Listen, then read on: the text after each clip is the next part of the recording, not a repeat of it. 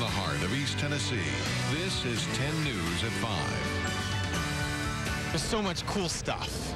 It's all the technology that's growing, and everything is advancing. Cutting edge, the latest innovations are on display as gadget geeks gather for the annual Consumer Electronics Show. Welcome back to 10 News at 5. I'm Beth Haynes. This week, hundreds of companies are showing off their newest products at CES in Las Vegas. 150,000 people poured in to get their first look at the future of high tech. At past shows, VCRs, CD players, plasma televisions, Blu-ray technology, and the computer tablet made their debuts.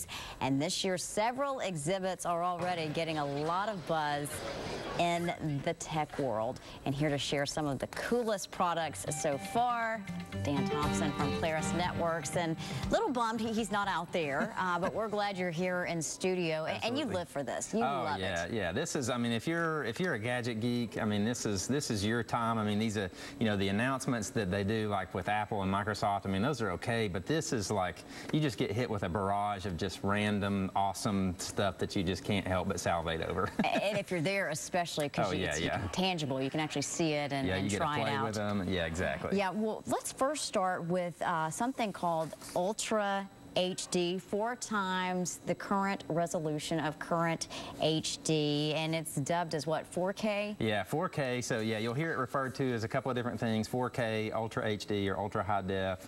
It all means the same thing, which is that our TVs are going to get even higher definition. You're probably going to pay a lot for these things right out of the gate. Well, as a matter of fact, you definitely will pay a lot if you buy one today. But it's neat. It's fascinating new technology. Lots of, or I shouldn't say a lot. Several producers are starting to shoot movies. The new Hobbit is already in 4K, and of course, you know, there's been a lot of conversation about it.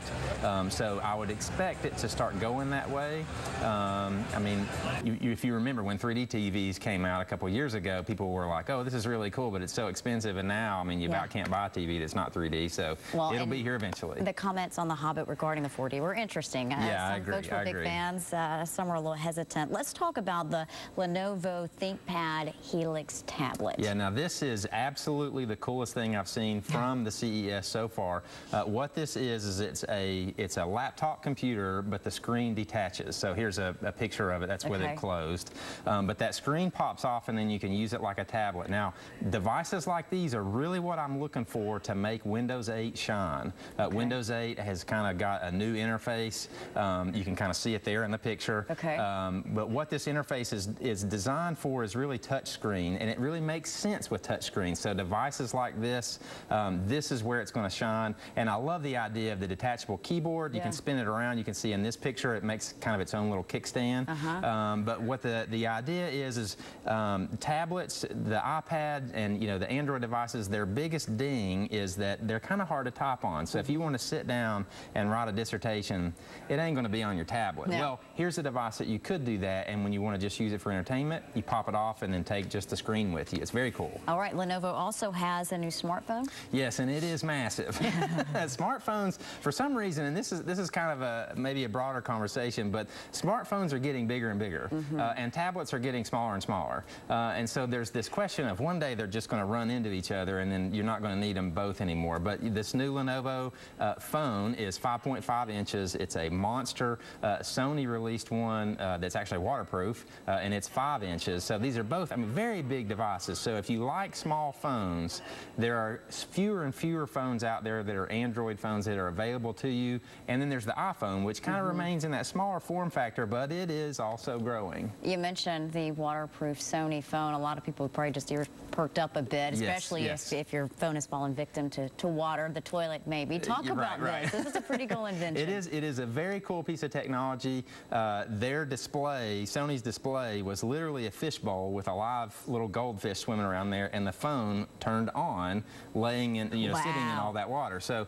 I mean, it's great for anybody who's ever dropped their phone in a pool or in a glass of Coke or whatever. I mean, this should get you excited. It is an Android device, and like I said, it's a big one, but it looks to be very nice. The processor, I mean, it's going to be a very fast phone, so it's definitely going to be one to keep your eye on. And last but not least, something I think is hysterical, the Happy Fork.